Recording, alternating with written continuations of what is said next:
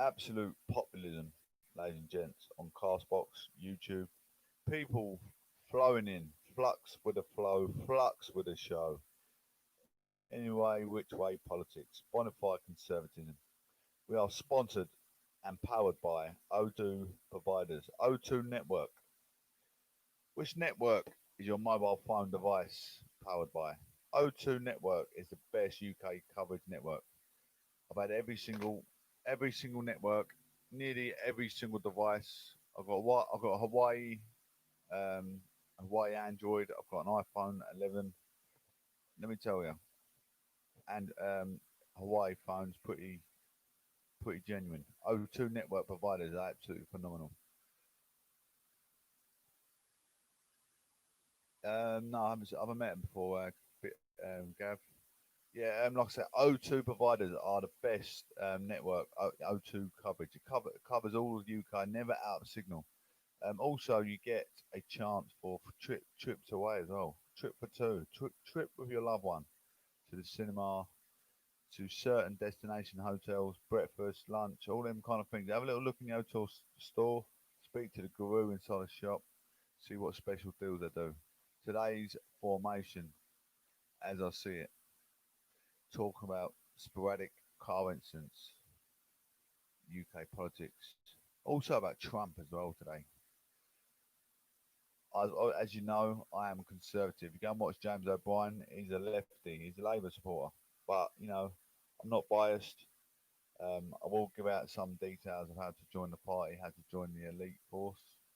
Obviously, it's my job, my resume. It's what I do day in, day out. Methodically madness. Some people might say because they don't like politics, but I'm only reading off the cuff. I'm only reading as I see it, adding my own stories. That's what a journalist does. That's what a radio presenter does. He produces good etiquette and etiquette source references and writes his own story. Thank you all so much. I'm telling you how to do my job. Don't nick my job. You've got to have gift of the gab and gift of the jab if someone's trying to take over your business. No, I'm only joking. As you can see, my Proclamation News and Governance logo on the Castbox is behind me. Let's pitch on my own head. But thank you. I'll be getting more logos printed up in the near future.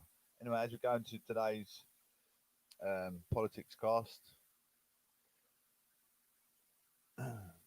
please make sure you subscribe, share with friends. This today's one is very important. How I first started this out over a year ago, I was trying to give out good guidance for youth today, how to drive and not how to drive. I mean, I don't think many people take it into consideration what you should be doing, still break the law, but the law is there to be guided to save people from being hurt. And in car incidents, especially, here we go. I don't think so. I don't think she's very responsive. Anyone to call in and add to the show? Maybe something comes up that within politics. And you want to give your verdict. Please feel free. Anyway, proclamation news and governance, ladies and gents. Think safety, think first. Who remembers this? My 10 commandments, a bit like Moses. Jesus and Moses put the commandments together. Think first, think safety. Do not enter the vehicle under sleep deprivation. Do not enter the vehicle under the influence of alcoholism or narcotics. Check for road safety signs. Further police instructions. Check both wing mirrors and centre wing mirror before acting into a safe, sufficient directional choice before taking over. Check out for motorcyclists and cyclists as well in your mirrors. Check check water coolant tank and engine oil to make sure they are topped up to maximum level before you take off. Checking PSI limits to make sure you have enough tyre pressure. Making sure your tyres are not bowled.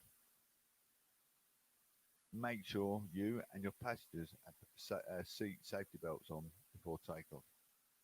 Babies have seat adapters adjacent to the car seat. Hey there, Digital Pawan. How you doing there, sir? It's very important. Then 10 commandments that I've written up myself. It's more to the road safety, as you know, but I like to give my own 10 commandments. Silly things that people don't go on a long journey, you ain't take your tire pressure, putting your pressure in before you go on holiday with your family. Innocent people, innocent children in the back of your car. See it day in, day out. Cars flipping over, tire bursts on the motorway. Massive accidents. Something as simple as that could save your family's life. Very important, isn't it? I mean, I don't care. I shouldn't really care about you lot, but as a good radio presenter and someone that wants to be a cancer, I'm giving you good updates. I've got, over 20 people listening right now, and time I share it, we're talking over 100 people listening to today's radio. So, making a bit of a difference. Some difference is better than no difference. Go sit in the vice. How much difference can they make in a day? They can only see about 7 people in one day. It's probably only open about once or twice a week.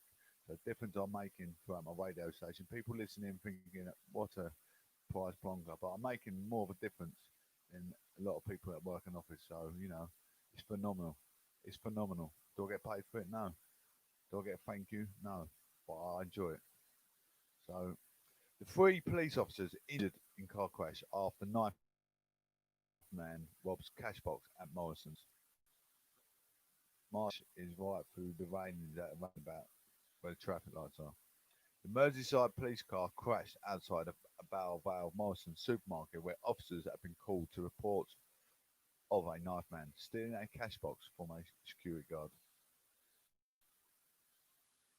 3 officers have been taken to hospital after a police car crashed responding to an armed robbery at the Morrisons in Liverpool.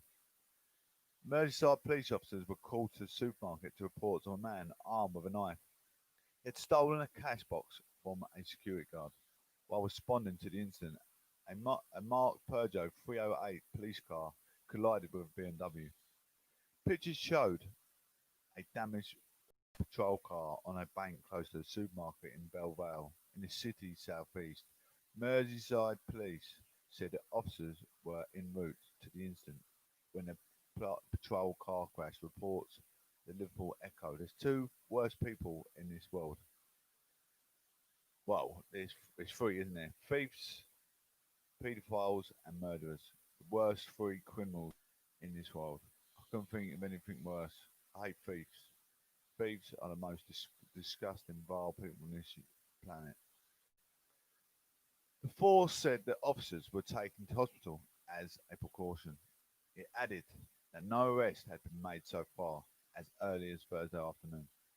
A witness to the morning's crash said they had a close call. The driver told the Echo a police car crossed in front of the path of their car, and even if it hadn't slowed down at a junction, it would have crashed into their car. The Northwest Ambulance Service said 5 people were assessed by paramedics at the scene, but it's not enough at this stage to be any serious injuries. However, at least 2 people were taken to hospital by ambulance for further assessment. A full police statement said, "We are appealing for information for a cash in transit robbery in Belle Vale this morning, Thursday, 8th October. At 9:20, officers were called at Morrison's in Belle Vale shopping centre following reports a man armed with a knife had stolen a cash box from a security guard. The offender and a second man made in a black Volvo V40, which was recovered a short time later at Petmore Green. The security guard was left shaken by the ordeal. At 9:40, while en route to the incident, a marked Peugeot 308 police car was being in a collision with a BMW at Chidwell Valley.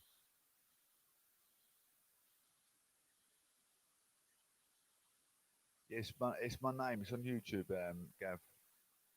Proclamation News and Gatherance. The occupants of the Peugeot, 3 police officers, have all been taken to hospital as a precaution. Nobody in the BMW is believed to have been injured. Chidwell Valley and Belle Vale Road had been closed to allow the vehicles to be recovered. Detectives remain in the area, carry out inquiries, and appealing for anyone with information to come forward. So anyone listening, it's probably well worth sharing this, on your Facebook. Make someone from Liverpool, share it.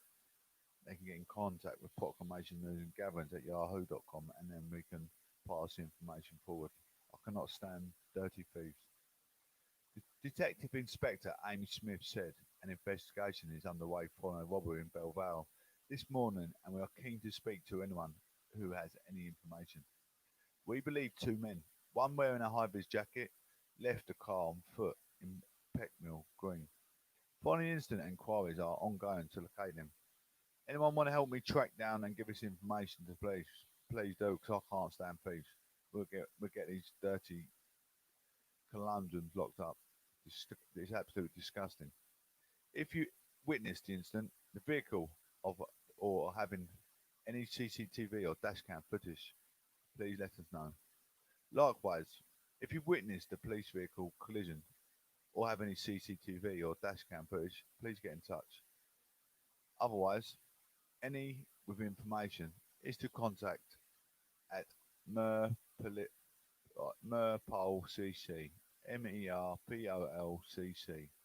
101 quote and reference 20000, that's 40608631. So you can rewind this and listen to it again, or Crime Stoppers anonymously on 0800 555 111. It's important, ladies and gents. If you know anyone in Merseyside, share it about. Imagine, this could have been your week's wages from your business. Without food for your family because some dirty juvenile has gone and stole a money courier van. It's disgusting. Disgusting, disgusting. I cannot stand thieves. Absolutely not. Anyway, thank you all for actually coming. I didn't realise I'd be that busy on Castbox today. As soon as I turned it on, I had about 18 people come straight in the room. Thank you, Mark. Thank you, everyone else. This digital porn. Farewell, ID. Thank you so much. Another car incident. This is why it's important to not enter the vehicle on sleep deprivation. If you go home from work, you have a bit of disagreement with your wife and you can't sleep due to that little domestic or whatever, don't go into work. Make sure, or go into work late afternoon. Make sure you have plenty of sleep. Mum 22 died after childhood sweetheart fiance fell asleep in car on motorway. Kaylee Gill, 22, died after her partner Dominic Evans from Tavers, Devon, crashed into a lorry and then she slammed into the central reservation of the M25 near Clumpton. A mum died after her fiance nodded off at the wheel and crashed their car while driving from Gatwick Airport. Kaylee Gill and Dominic Evans, who had been in a relationship since they were 15, were returning home from a holiday in the Red Sea when the crash happened. The couple from Tavistock were taking turns to drive, but it is believed Evans fell asleep and crashed the car into a truck on the M5, an inquest heard. Their vehicle then smashed into the central reservation barrier before catering back across the road and into the hard shoulder. The truck driver pulled over and found Evans sobbing by the side of the road after a crash in June 2019. Senior coroner for Plymouth, Ian Arrow, read out a summary of a statement by Tristan Oaten, whose HGV was struck in the early hours of January 14th near Clumpton on the M5 as we headed towards Plymouth to make a delivery to the House of Fraser. Sad news, isn't it? Sleep deprivation. That's what I was just talking about. Mr. O'Ayton explained, then he picked up the 18.5-ton Volvo truck at around 1:30 a.m. in Northampton and had enjoyed a trouble-free drive for 4 hours. He had intended to stop at Exeter services on the M5 for a break before continuing his journey along the A38 to Plymouth. He noted that he was travelling at a steady 54 mile per hour on a cruise control in lane 1 where there was an almighty bang, and his vehicle lurched forward as his steering wheel pulled on one side. Mr. Oatman, he wrote that he looked over his shoulder and saw a dark-coloured car going along the central reservation barrier before catering back across the road. In front of him, the hard shoulder. He slammed on his brakes and got out of his cab, where he found a man at the driver's side crying. He was an emotional wreck. Mr. O10 said he took the sobbing man to the back of the damaged Nissan junk vehicle and sat him down on the barrier before phoning emergency services. Paramedics treated Kaylee at the scene before she was taken to Derriford Hospital, where she died 4 days later on January 18th, 2019.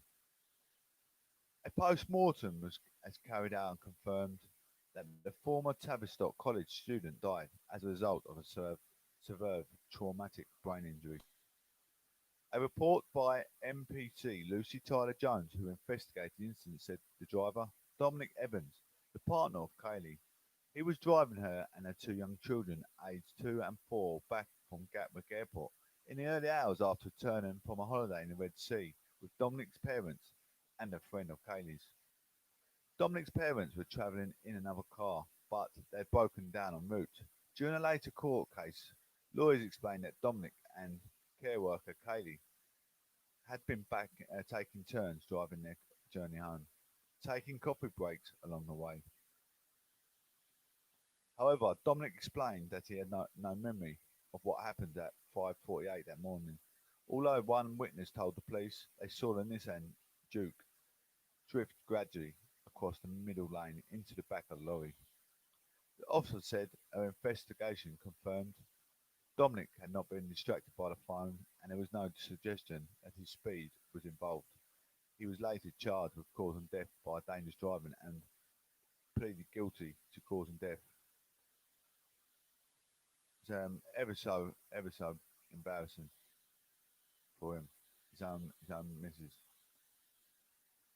At his sentencing, Dominic's barrister told Exeter Crown Court that a couple had been in a relationship since they were 15, were engaged to be married, and had two children together. He's also noted Dominic and Kaylee, who lived in the Market Road, Tavistock, have been sharing the driving and what this was not a case of deliberate driving while suffering from sleep deprivation.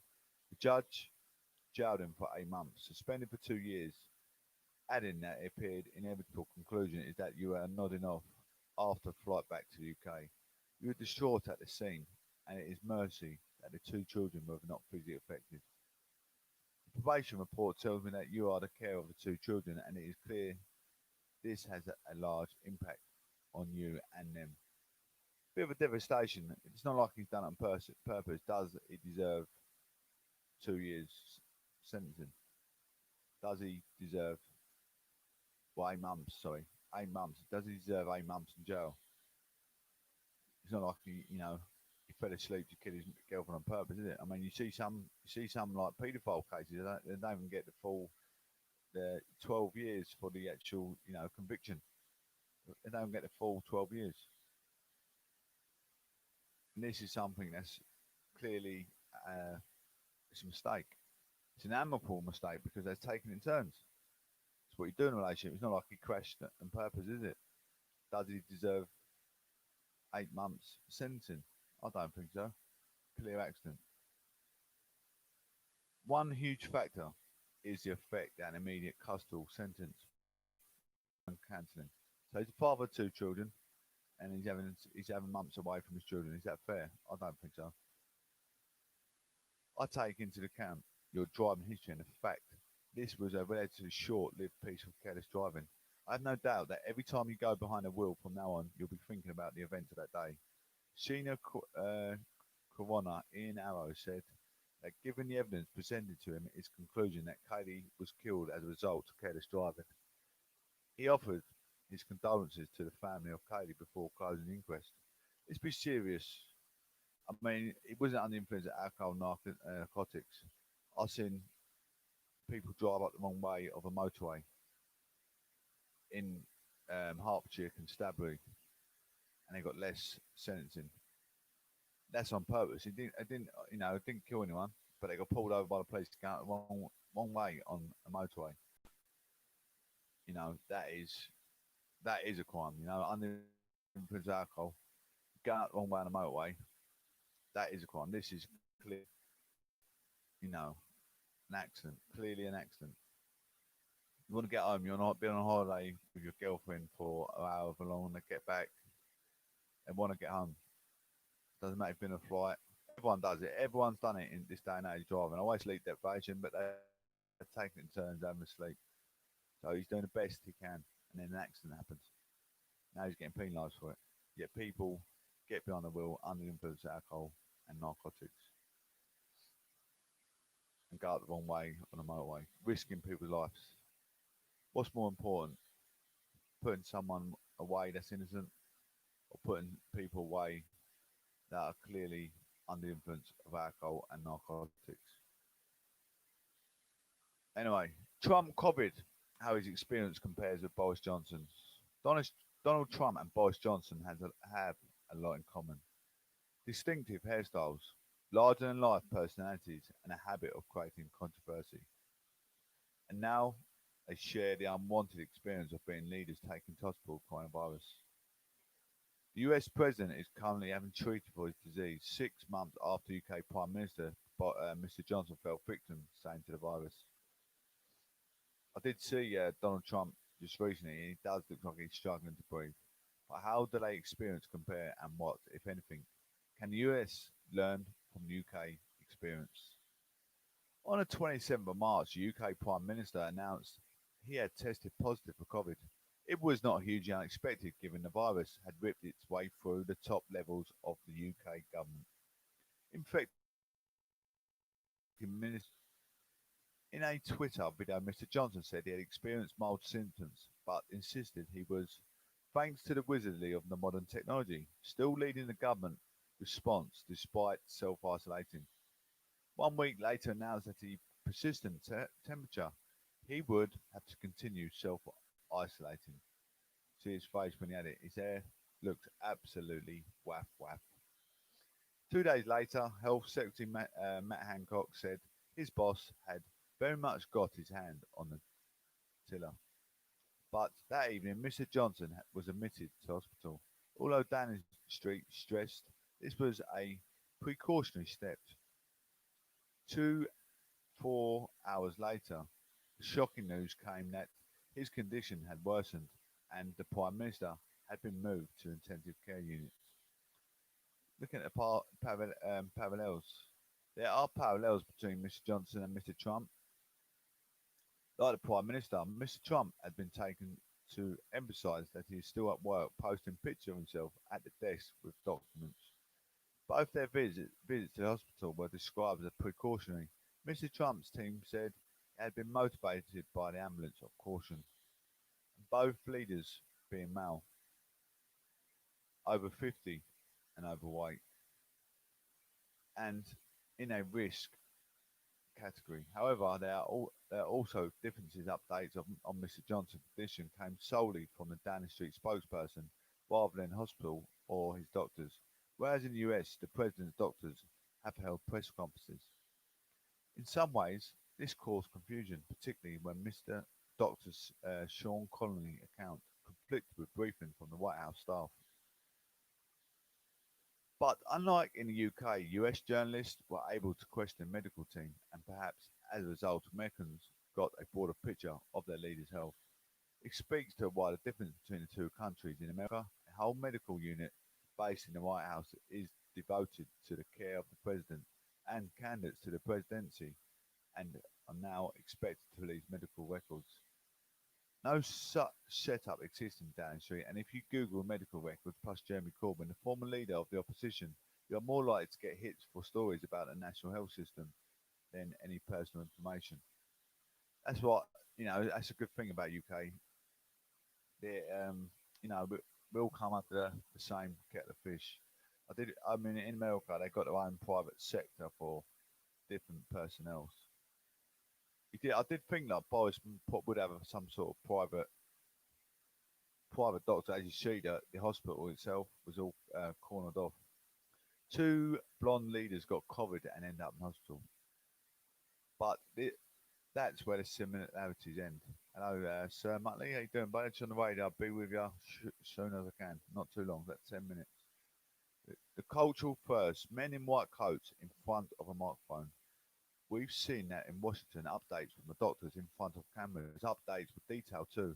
The drugs the president is on, the days he's getting them. There is no way medics at St Thomas Hospital in London were going to offer a running public commentary of the Prime Minister's health, left alone to the content of their syringes. St Thomas Hospital, that is all cornered off with Harris Fenton. You see how police that was. Very professional, all on YouTube, it's all on Facebook, it's all on Twitter, all the videos where it's all fenced off, how policed it was. But yeah, like you say, Donald Trump, he's got his own special health system for the White House. Oh, and American president has a medical team and facilities on hand at the White House. In contrast, Boris Johnson was holed up on his own upstairs in Downing Street. His his tea left at the door of his flat. And now the Constitution ensures America has won, the UK doesn't. So while the question of who takes over isn't an easy answer in the UK, there's a long established plan in the US. Left in limbo. I'm not a great follower of US presidential election or electee. I know Joe Biden and Trump are in the running limelight. I don't know anything else other than them two. That's all I know. Left in limbo, once the Prime Minister was admitted into intensive care, his Foreign Secretary, Dominic Raab, was asked to deputise when necessary. In the US, the 25th Amendment sets out the conditions for Vice President assuming from his boss. But in the UK, with the unwritten constitution and enthusiasm for precedence over a codified rules, there is no formal power that follows for such a transfer of responsibility. We know very little about the exact extent of Mr. Raab's authority, and opposition leader Sir Keir Starmer suggested Mr. Raab was reluctant to take decisions, leaving the government in a kind of limbo while the Prime Minister recuperated. I mean, Dominic Raab does like to get in the media, all up in the media. Is he good enough to take, full responsibility? You've got people like Michael Gove.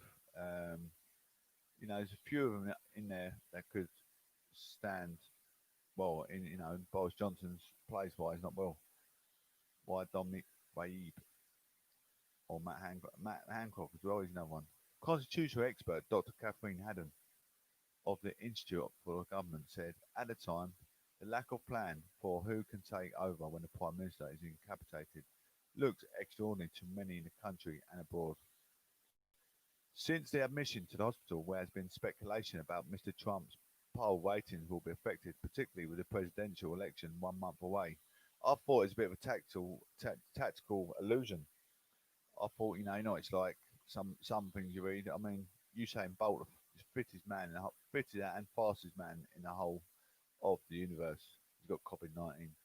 You're starting to think, is it conspiracy theory? How can the fittest person in the whole world get COVID-19? We look at ourselves. I haven't had it yet. We're not the fittest people, but Usain Bolt has got COVID-19, and then Trump's got it. You're thinking it's got to be conspiracy theory because he's got his election coming up. Is he trying to win a compassionate vote to get him back through? But it seems to me we see him live in the media. He is struggling to breathe. So we can't make a joke. It's not a joke. We can't make propaganda out of something that could be facts. Fiction is not facts. So we've got to be careful how we judge things and make judgment of anything.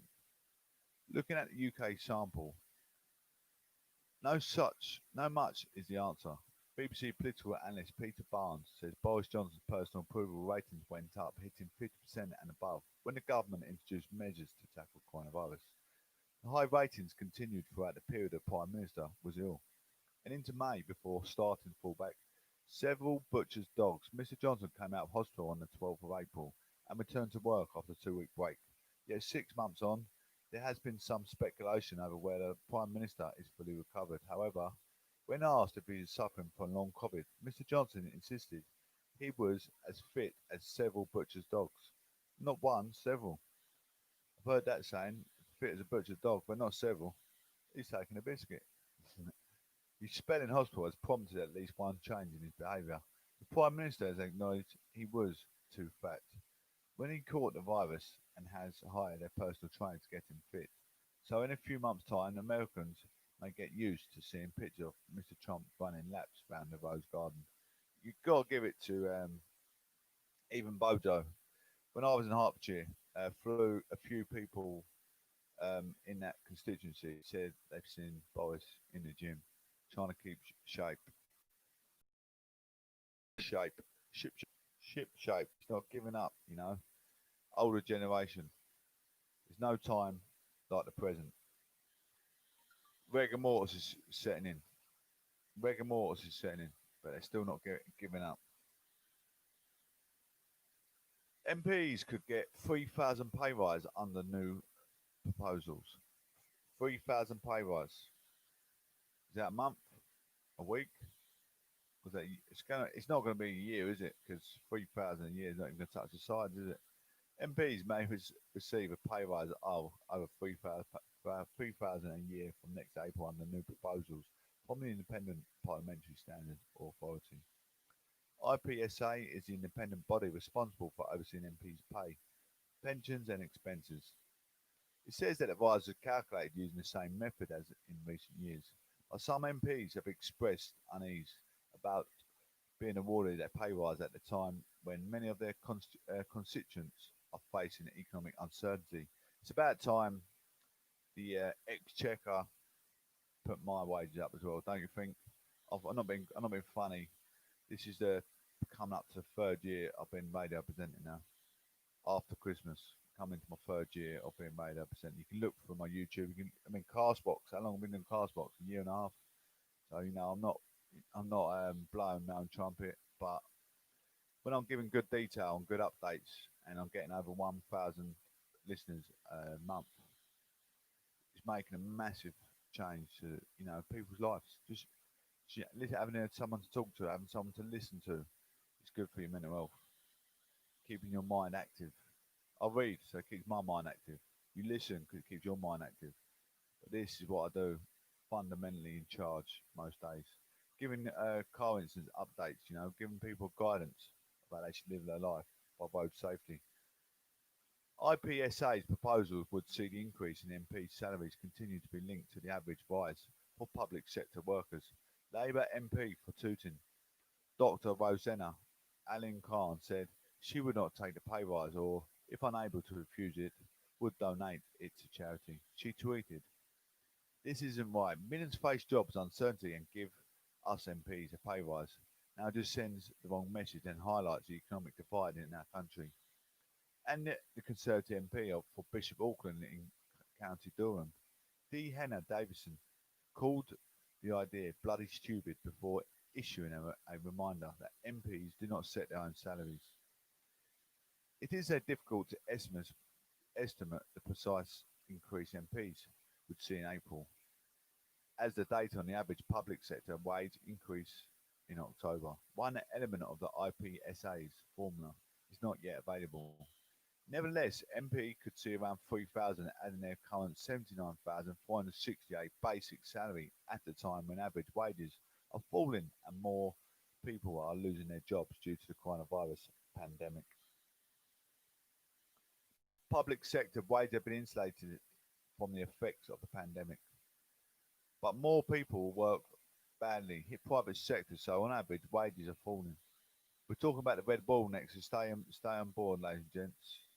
MP's proposal is now to be open to the concept set up in 2010 in the way MP's expenses scandal said that given the scale of the future economic uncertainty arising from the coronavirus pandemic, if it had decided to continue using the same method that it had used to calculate changes to the MP's salaries in previous years. Richard Lloyd, IPSA's interim chair, said IPSA is responsible for setting MP's pay and pension.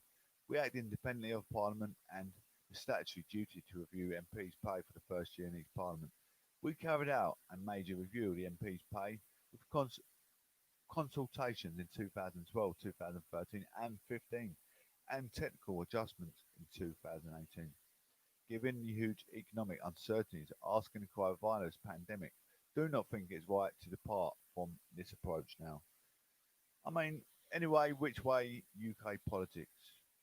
Give me your verdict. What's your formation? What's your views? Who do you support and why? I support right side of the government? Are you SNP? Who do you support? Who do you support and why? Let's talk about it. Not to discriminate one another, but to be etiquette.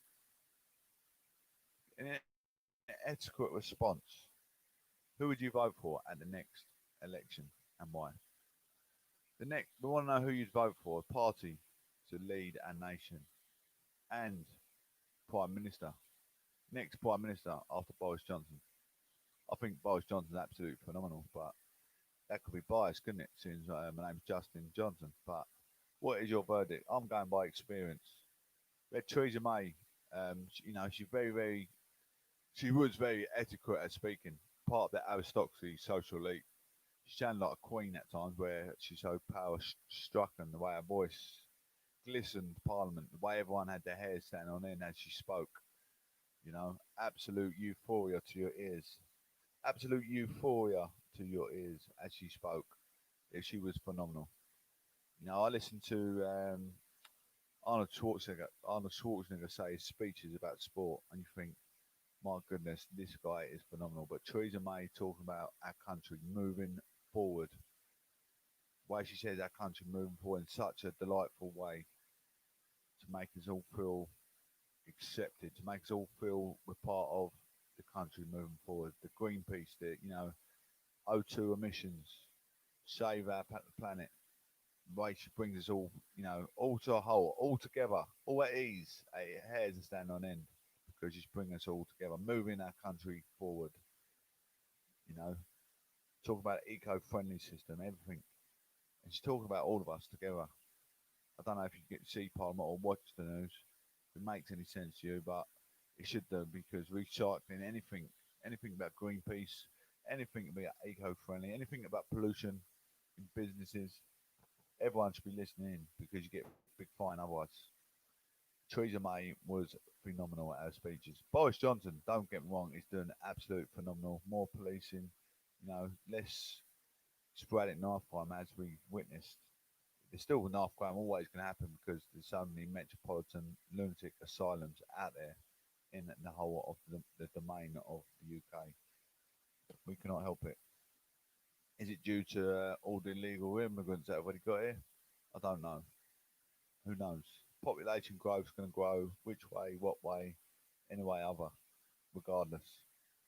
So, it's going to be knife crime through just juvenile suburban areas, troubled areas, troubled kids, nothing to do apart from being brought up by their elder folks that are on alcoholism and narcotics.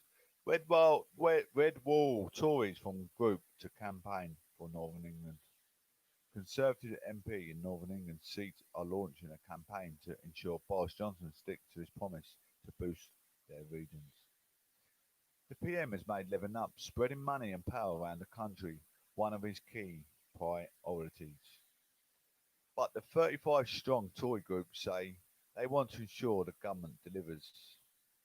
It includes several MPs who won seats in traditional Labour heartlands. The so-called Red Wall at last year's general election.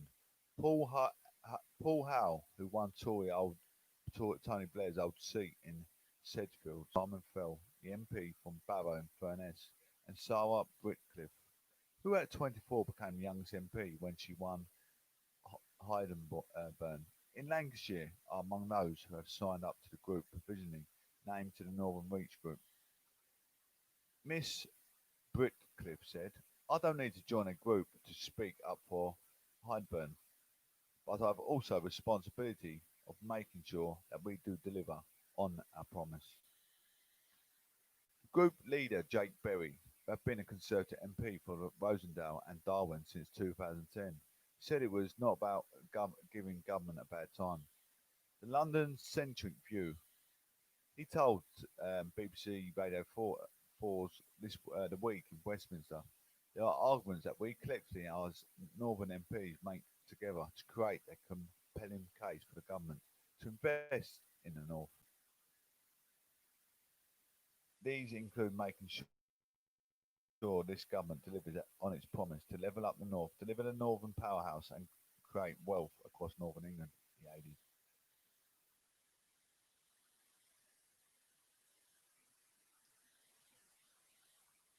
What's going on here? There we go.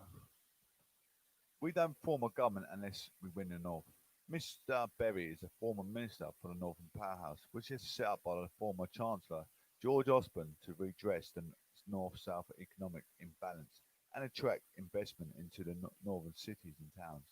It certainly accused Mr. Johnson of joining his COVID powers a little bit too much and suggested that the government had fallen into a fatal trap of making a national decision based in on London's central view of London data. Last month, Conservative MPs launched a Levelling Up track force, which said the government should aim to increase wages and employment rates in the poorest areas. The promise to level up the country was a key part of the Conservatives' 2019 general election campaign, which saw the party win a number of seats in Northern England and West Midlands, traditionally held by Labour. I mean, let's look, let's think theoretically at Boris Johnson. Has he handled this COVID-19 scenario lightly? I think so. Best he can, whoever's Prime Minister. I mean, I'm not saying it from I'm saying it from the realistic point of view now. If I was a Labour supporter, and it was, I know, say it was Sir Keir Starmer in the seat, everyone can paint a picture of, oh, I could do a better job. But realistically, look how many more people are dying. He's managed it as good as he can. I mean, so many people, Labour supporters, we need all, lockdown, we shouldn't be wearing masks, this, that, and the other. There's still people getting COVID. The ideas of these COVID masks ain't a bad thing. Even if you've got a cold or a sickness bug, got a mask on, you're not going to cough over someone's shoulder. You're not going to spit your germs on the next person. It does make sense. It does make sense. Washing your hands, putting a COVID mask on. Germs spread through contact of saliva. Contact of saliva, sneezing, coughing. So, even these little measures that these people, these narrow-minded people don't realise, is making such a big difference. Got a newborn baby, your wife's a newborn baby. Someone, even though just something as just a normal common cold, normal sickness bug, gets your baby. Just literally, brand new born baby, just got a hospital, gets a sickness bug. He's gonna be rushed into hospital. You're gonna be on an incubator. The baby's gonna be put on an incubator. It's just newborn and he's got a sickness bug, and just a normal common cold. But if you've got a COVID mask on, you can save these, innocent people's lives. Even grandparents got OCD, get the last knock into their life. But if they get through the winter period, they've possibly got another year left in them. But while you've got a COVID mask on, you're more likely to kill them off. Makes a lot of sense. A hell of a lot of sense just to put your mask on. I don't say put your mask on to save yourself. Put your mask on to save others. I mean, I will hold my hands up. There's been a couple. I can put count on my fingers how many times I've gone to the shop without a COVID mask. But I do try my utmost best to wear a COVID mask. I am exempt, but I still put a mask on because, for one, I don't want to give it to people. I'm highly vulnerable. I can't. Obviously, I don't know you guys that don't know me. I have had a head injury in the past, and I can't wear a COVID mask for long. Makes me, I don't know, I get claustrophobic. Makes me a bit not good around society. Put it that way. Anyway, I want to give you the run up before I leave, ladies and gents. Thank you so much for coming through, especially on Castbox. Absolutely, everyone on here been listening, been absolutely phenomenal. I had over 20 people in my room today, and I've only been on for an hour. So I don't know if you're Labour, SNP, Conservative. Well, if make you change your mind to swap over, same as if you're on, T-Mobile or you're on Free Network, and I was talking about O2 providers. It's well worth turning over to O2 Network. You get a chance to go to O2 Arena. I know everything's locked up at the minute. You're looking to join up to a party. Which membership is right for you? You want to join for a party, but which membership is right for you? So I'm gonna let you know. I'm on my Conservative because I am Conservative trainee candidate at the moment. I'm with the Conservative Party. Under 26 is £5 a year. Standard party membership and all the associated benefits is offered at a special £5 rate to those aged under 26. We're looking at a standard rate, £25 a year. Members play an active role in the party, can attend our annual conference and receive voting rights in the party elections after 3 months of their membership, all from £25 per year or £2.9 per month. Can attend our annual conference and receive voting rights. Armed forces can join up for £15 a year for the party membership and all associated benefits. In order to reduce rate of the serving army and members of the armed forces. What do you get? What do you get when you pay your membership? You want to know, do you get fish and chips? What do you get? You get a newspaper every month? What do you get when you pay your membership? When you pay your £25 a year, what do you get? You can help them win elections. You get ladies from inside the party. Influence party policy. Choose candidates and vote in leadership elections. You can take part in our campaign groups, connect with local conservatives, stand for election.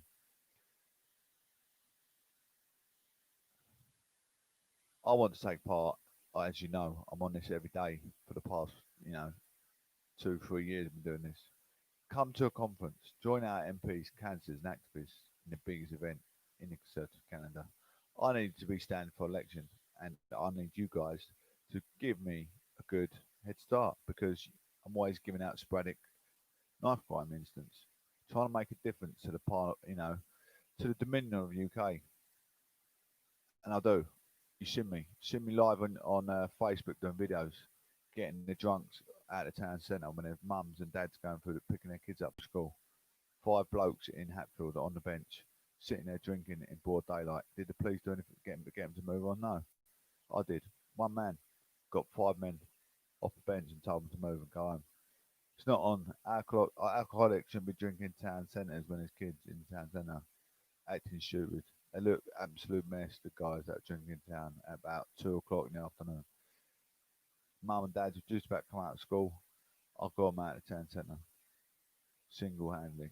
So, am I good for the job? Absolutely. Because none of my town centres or whatever constituents I'm in would be wrapped around, well, wouldn't be wrapped around idiots. They'd be gone because I'm moving myself.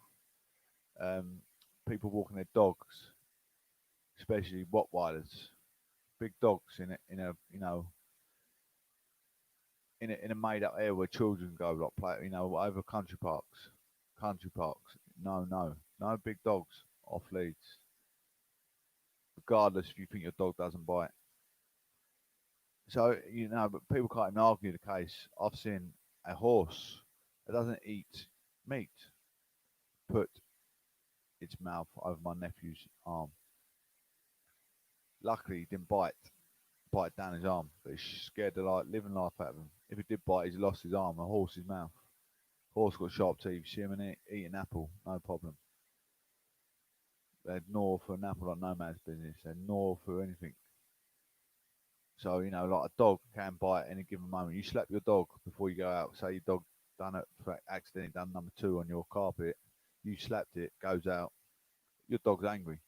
If he's angry at you or not, it will take his frustration out on something. So no one can ever sit there and say their dog doesn't bite. I've got a good eye for detail. Always talking about car incidents, trying to give people good guidance. I think I deserve more than my right to stand. I think you guys will agree to disagree, but the proof is in the pudding. Bon voyage. Thank you. God bless. Take care. Speak soon.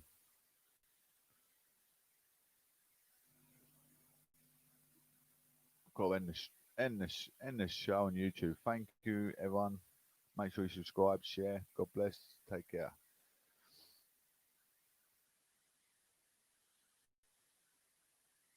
Absolute phenomenal.